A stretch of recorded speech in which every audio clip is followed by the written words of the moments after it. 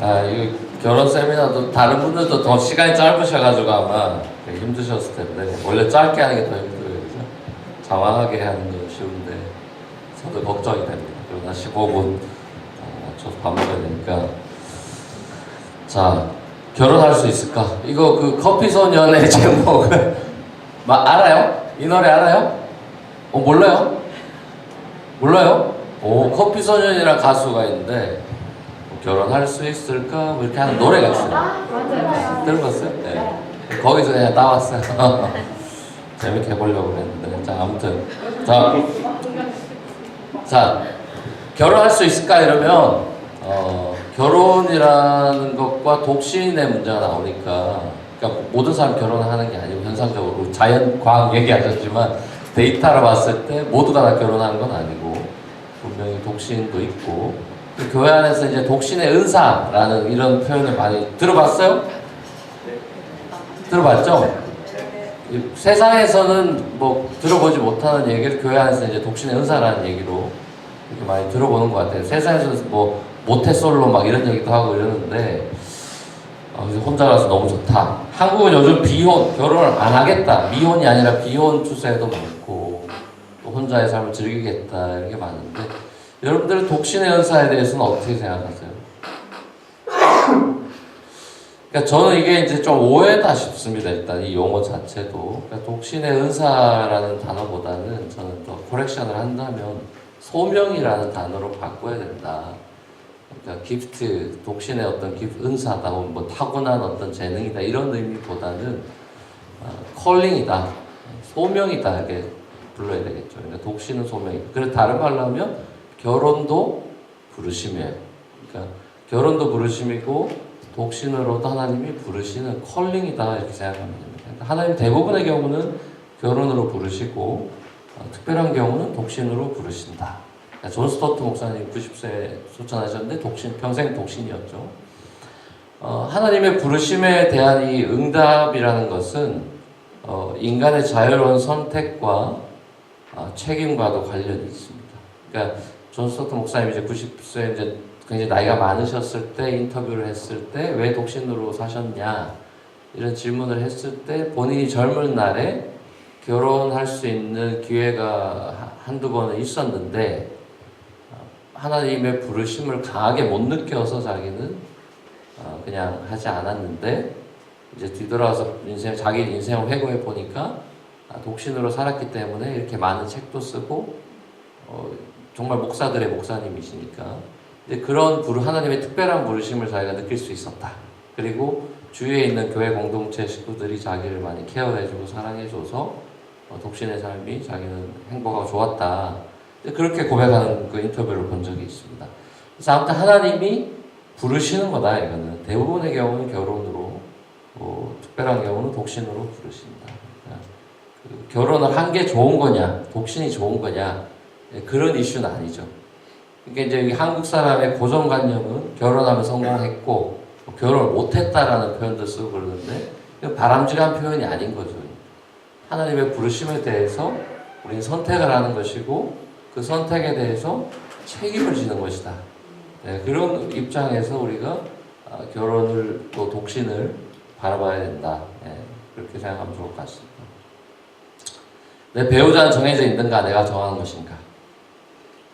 뭐 이거에 대해서는 대부분은 뭐 다 생각이 있을 것 같은데 하나님의 주권을 이야기하고 작정을 이야기하고 그럴 때 이제 사람들이 주로 이제 운명론하고 헷갈리는 경우가 많아요. 그러니까 하나님이 이미 다 정해놓고 짜고 치는 고스톱이다. 이미 다 정해진 거에 인간들이 이렇게 놀아나는 것처럼 생각한다면 큰 오산이죠. 그건 정말 큰 오산. 그 운명론이 아니죠. 하나님의 계획과 작정과 인간의 자유로운 선택은 무한한 가능성이 있고 파스빌리티가 있습니다. 이제 그거에 대해서 C.S. 루이스는 어떤 식으로 이제 예를 드냐 하면은 어떤 시나리오 작가의 플롯이 있고 다 등장인물도 다 정해져 있지만 그 이야기 속에서 실제로 등장인물이 자기 캐릭터를 만들어가는 드라마 같은 것도 보면 수정이 되고 막 그러잖아요.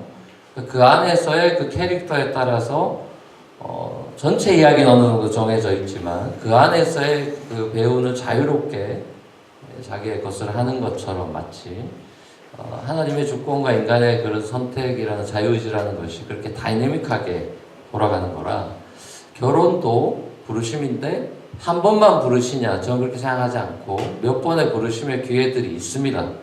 본인이 이제 선택하는 거예요. 그 부르심에 대해서. 그래서 저는 그런 면에서 배우자가 한 명이 딱 정해져 있다. 물론 하나님은 전체를 다 한 번에 다 보시니까 그런 면에서는 정해져 있는 거겠지. 우리가 뭘 할지 다 아시니까요. 그러나 우리의 선택에 있어서는 배우자가 딱 하나님은 얘랑 너 결혼해야 된다. 그런 입장은 아니다. 마치 우리 직장이 여러 초이스가 있듯이 이 부르심이죠. 그 직업으로의 부르심이니까 그 부르심에도 우리가 선택을 하는 것처럼 결혼으로의 부르심에 대해서도 분명히 우리를 존중하셔서 선택하게 하시고 선택에 대한 책임을 지게 하시는 것이다. 자, 그런 면에서 결혼으로 여러분이 만약 인도하심 받고 싶은 미혼들이 있다면 하나님의 부르심은 생뚱맞은 부르심은 거의 없다고 볼 수 있습니다. 하나님의 부르심은 자연스러워요. 자연스럽게 그 현장 가운데 하나님의 부르심이 임하는 겁니다. 그러니까 대부분은 뭐 교회 공동체라든지 직장이라든지 아니면 그 자연스러운 만남의 기회가 그 안에서 이루어지든지 아니면 그 사람이 다른 사람을 소개해 주든지 아무튼 그런 초자연적인 방법으로 만남을 이루어 가시기보다는 자연스러운 방법으로 하나님이 우리를 부르신다. 이제 그런 관점에서 보면 조금 더 여러분들이 여유를 가질 수 있잖아요. 너무 조바심을 내거나 결혼에 대해서 늦어지는 거에 대해서 너무 조바심을 낸다거나 결혼 자체에 대해 결혼을 막 되게 우상시한다거나 그럴 필요가 전혀 없이 하나님의 부르심의 때에 내가 응답할 수 있는 준비가 되어 있는가? 자기 자신의 내가 정말 결혼이라는 것을 어떻게 생각하고 있고 결혼을 왜 해야 되는 건지 또 안 하려면 왜 안 하는 건지 본인의 이 주관과 그런 선택이 중요하고 책임질 것에 대한 준비가 중요한 것이지 뭐 결혼을 빨리 했냐 뭐 늦게 했냐 이런 건 별로 그렇게 큰 의미가 없죠 사실. 그러니까 이런 하나님의 자연스러운 만남의 기회를 여러분들이 잘 알러트를 하고 있으면서 준비하는 미혼이고 결혼에 대한 소망이 있다면 그런 마음을 가지면 좋겠다는 생각이 들고요. 자, 크리스찬의 결혼이 뭐냐? 결혼이 뭐냐는 데피니션에 따라서 결혼 생활이 달라질 거예요. 제가 보기에. 항상 그렇죠. 뭔가 핵심에서 본질에서 뭐든지 파생되는 거니까 뭐 예를 들면 아까 과학 얘기하신 과학이 뭐냐? 거기서 정의가 있고 거기에 따라서 실험도 하고 이렇게 하시는 건데 결혼이 뭐냐? 그래서 결혼에 대해서 알아야 결혼에 의미 있는 그 삶을 살아갈 수가 있겠죠. 그러니까 결혼이 뭐냐는 것이 굉장히 중요한 거예요. 그러니까 그 관점이 그러니까 기원과 목적 이런 것들이 이제 왜 결혼하느냐, 결혼이 뭐냐, 결혼의 정의 그리고 목적 이런 것들을 알아야 결혼 생활이 거기에 맞춰서 갈 수 있겠죠. 그렇지 않으면은 결혼 생활이라는 것이 그냥 룸메이트랑 사는 거랑 비슷하다거나 아니면 어떤 성적인 파트너가 될 수도 있는 거고 동물들처럼요. 그러니까 뭐 그게 이 둘이 산다는 게 뭐냐라는 것이 하나님이 이제 기원은 하나님이 아담과 하와를 만드시고 성이 젠더를 만드셨고 결혼이라는 걸 이제 하게 하셨으니까 성경적인 이제 그 관점에서 결혼의 정의는 딱 나와 있어요. 창세기도 나와 있고 예수님도 복음서에서 얘기했죠. 한 사람이 부모를 떠나서 한 여자를 만나서 한 몸을 이루는 것이 결혼이다. 성경적인 결혼의 정의는 그렇게 돼 있어요. 한 남자가 부모를 떠나 한 아내와 만나서 한 몸을 이루는 것. 그게 이제 성경적인 결혼의 정의죠. 자, 거기 보면 이제 한 몸이 된다. 그러니까 연합한다는 게 이제 결혼의 그 정의인데, 그 연합하게 하는 하나님, 왜 그러면 저는 이제 그런 생각을 했었어요. 하나님이 삼위일체 하나님이니까 어제도 얘기했지만, 성부, 성자, 성령이면 인간을 자기의 형상으로 만들었을 때 그대로 카피하는 거니까 그럼 성을 3개 만들어야 되지 않나 하는 생각을 많이 해봤어요. 하나님이 삼위로 이렇게 연합을 이루고 있다면 인간도 성을 3개로 만들어서 똑같이 하면 그대로 하나님을 투영해 주는 거니까 될 것 같은데 왜 젠더를 2개만 만드셨을까 이제 이런 생각을 해봤고 뭐 이거는 성경에 나와 있는 얘기 아니고 제가 그냥 궁금해서 이렇게 퀘스천을 하다가 이제 또 결혼 생활을 하면서 제가 깨달은 거는 남자와 여자의 연합을 결혼을 하고 말씀은 하셨지만 남자와 여자만의 연합으로 온전한 연합이 안 된다는 걸 깨달았어요. 그러니까 결혼이 둘의 연합으로 끝나는 게 아니구나를 깨닫고 나니까 여기에 하나님이 인발브를 하셔서 삼위일체의 모습의 그 하나님의 사랑의 완전한 모습을 이 결혼에서 이렇게 보여주시려고 하셨구나. 저는 결혼 생활 중에 그거 하나 깨달은 것 같아요. 그러니까 둘이 어떻게 잘 살 수 있는 문제. 그러니까 대부분의 세상 사람들은 둘이 잘하면 된다는 생각을 하고 있고, 둘이 열심히 일하고 뭐 서로 사랑하고 이러면 된다. 이렇게 생각을 하지만 하나님의 오리지널 프로포스도 그렇고, 더더군다나 죄로 인해 타락한 이 지금 우리 세상에서 결혼도 타락해 있다고 볼 수 있기 때문에 모든 게 다 컨테미네이트 돼 있으니까요. 그 결혼도 리딤이 돼야 되는, 연합이란 사랑이라는 것이 리딤 돼야 되는 상황에서 구속주가 임하지 않으면 이 결혼이라는 것이 온전해질 수 없다. 그런 면에서 저는 삼각형의 그 모델이, 삼일체 모델이 결혼 생활에 아주 제일 비비드하게 보여지는 삼일체 하나님의 그 캐릭터가 아닌가. 이제 그런 생각을 하면서 그런 면에서는 결혼이 굉장히 유익할 수 있다. 그러니까 신앙적인 관점에서 결혼이 뭐냐, 하나님 생각하시는 결혼이라는 관점에서 봤을 때 결국 이 결혼을 통해서 하나님은 목적은 하나님을 영화롭게 하는 것인데, 우리 인생의 목적이 하나님을 영화롭게 하는 것인데, 그러니까 하나님을 영화롭게 한다는 것은 둘이 의기투합을 해서 뭔가 하나님께 뭔가를 해드린다거나 효도하는 개념 이런 게 아니고, 하나님을 영화롭게 한다는 것은 그 초대 교구인 이레니우스가 얘기를 했지만, 하나님의 영광은 인간의 충만한 생명에 있다, 이렇게 그분은 고백을 했어요. 이미 이 세기에. 그러니까 인간이 생명력 있게 살아가는 모습을 하나님은 가장 기뻐하시고, 그것이 하나님의 창조의 의도였기 때문에 그 영원한 생명을 주려고 예수님도 오신 거고요. 그러니까 생명력 있게 살아가는 인간, 그걸 이제 구약적인 용어로 샬롬이라고도 얘기하죠. 평화라는 게 그냥 내적 평화를 얘기하는 게 아니라 모든 것이 하나님의 통치 아래 인간이 자유롭고 행복하게 살아가는 상태에, 영어로 이제 perfect happiness로 이제 샬롬을 번역을 하죠, 주로. 아니면 flourishing으로 번역을 하거나, 그냥 peace, 내 안에 평안, 요 정도가 아니에요. 하나님이 평화의 왕으로 오셨다는 것도 마찬가지고. 그러니까 인간에게 충만한 생명을 줘서 온 세상이 그 하나님의 생명으로 즐거워하는 것. 이제 그것이 이제 결국 하나님께 영광이 되는 건데, 자, 그런 생활을 이 결혼 생활 가운데, 그러다 보니까 애도 거기서 나오는 거예요. 그러니까 생명이 태어나는 거잖아요, 결혼을 통해서. 그러니까 하나님의 생명력이 넘치는 그 모습. 이제 그것이 이제 결혼의 이제 목적이고, 그 안에서 이제 기뻐하면서 성장해 가고, 육체적으로도 성장해 가고, 심적으로도 정신적으로도 영적으로도 지성적으로도 성장해 가는 것이 말 그대로 human being, ing가 있는 그 성장하는 성화의 과정으로 우리가 이 결혼의 목적을 삼아야 된다. 그런 관점에서 보면 뭐 우리가 이제 결혼을 해서 흔히 세상적인 관점에서는 돈도 모으고 또 집도 사고 뭐 아기도 낳고 학교도 보내고 그런 먼데이한 라이프를 살겠지만, 그런 과정이 마치 민수기에 나온 광야 여정에서 성숙해서 가나안에 들어가서 하나님 나라를 실제적으로 이루어가듯이, 우리의 결혼이라는 것이 그렇게 다듬어져 가면서 하나님이 원하시는 일들을 배워가고 훈련해가는 그런 성화의 장이다. 이제 그런 관점에서 결혼은 참 의미가 있는 것이죠. 그래서 아까 제가 결혼의 이제 그 정의를 말했을 때 세 가지 원리라고 한다면, 만남은 기본 조건은 한 남자와 한 여자의 만남이다. 성경은 구약에도 그렇고 신약 예수님도 한 남자와 한 여자와의 연합을 이건 결혼으로 이야기. 그러니까 여기서는 뭐 일부 다처제라든지 그 여자와 많은 남자라든지 이런 게 성립이 될 수 없고, 또 남자와 남자, 여자와 여자의 그런 만남을 성경은 적어도 결혼이라고 얘기하진 않는다. 하나님이 젠더를 만드셨고 결혼을 만드셨기 때문에. 그리고 이제 떠남, 한 남자가 부모를 떠난다. 그러니까 독립되는 가정을 이룬다, 우리가 표현하는.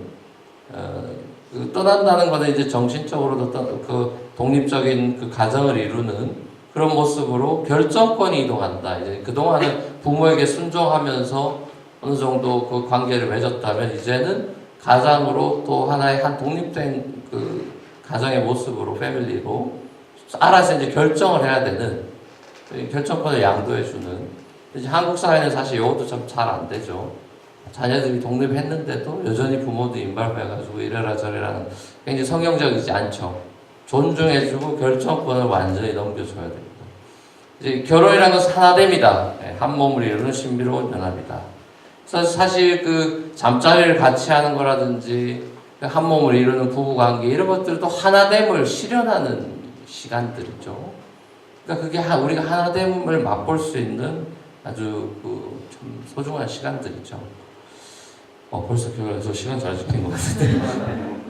잘 지킨 것 같아요. 그래서 결론적으로 이 결혼 혹은 만약 결혼으로 하나님 부르시지 않고 본인이 이제 독신으로 부르심을 받아서 산다. 그래서 이게 좋다 저게 좋다 할 수 없고 둘 다 하나님의 부르심에 순종한 삶이라고 했을 때 그 안에서 이제 어떻게 하느냐 이슈인데 특별히 결혼에 있어서는 많은 사람들의 생각은 이제 오늘날의 이제 특별히 포스트 마더니즘 이 시대에 결혼에 대한 사람들의 그 다미넌한 생각들은 내가 배우자를 선택해서 내 마음에 드는 사람을 고른다. 컨슈머리즘의 영향을 굉장히 많이 받았죠. 그러니까 이제 부패식이 된 거죠. 옛날엔 초이스가 없었어요, 사실상. 시골 가면 지금도 초이스는 없어요. 그러니까 시골은 결혼을 많이 하죠. 20대 빨리 하고 어디 딴 데서 구할 생각을 하지 않습니다. 뉴욕 오십시오. 우리 동네 뉴욕 오면 다 결혼을 안 하죠. 다 결혼 안 해요. 결혼 안 합니다. 그리고 우리가 흔히 하는 말로 농담으로 하는 말은 뉴욕에 있는 남자애들은 마음만 먹으면 매주 다른 여자랑 데이트할 수 있다. 자매들이 넘쳐나니까 뉴욕. 그래가지고 그냥 이 남자애들이 데이트를 하고도 쉽게 마음을 주지 않아요.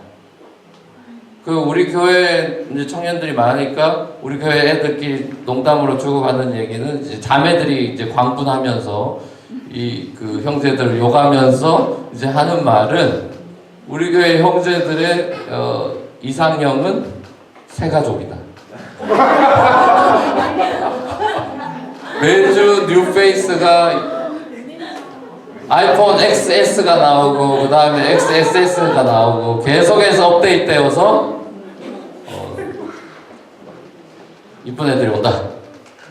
형제들이 그런 식으로 다들 저희 교회를 폄하하는 것도 아니고 이제 그런 게 아니라 뉴욕의 그런 사람들의 세계관, 적어도 그 일반 사람들의 세계관과 결혼관에는 그런 거예요. 그러다 보니까 커미트먼트를 잘 하지 않고, 그러니까 세상적인 표현으로는 데리고 놀다가 버리는 것이죠. 그러니까 자매들 입장에서는 광분할 만한 거죠. 완전 나쁜 놈이죠, 말 그대로. 그러니까 이게 어떻게 된 거냐.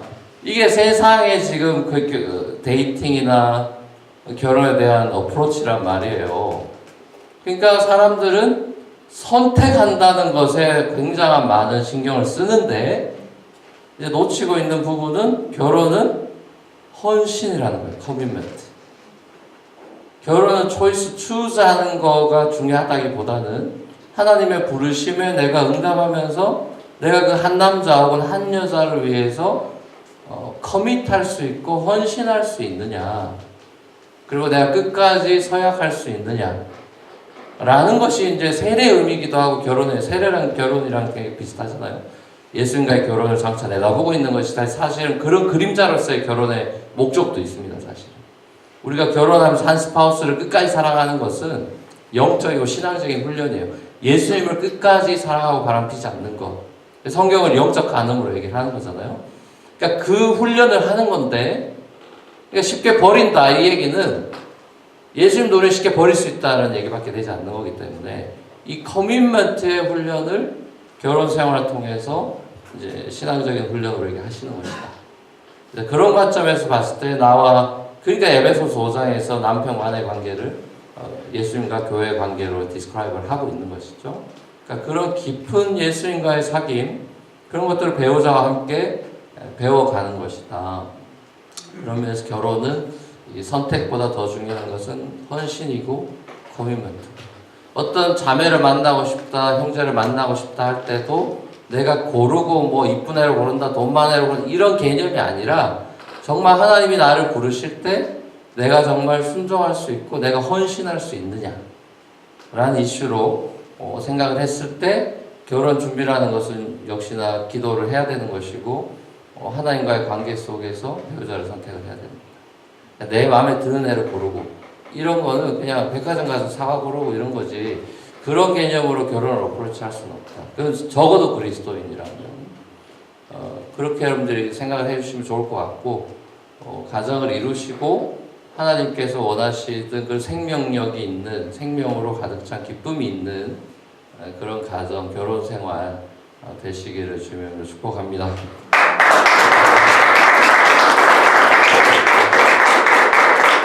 데이팅이나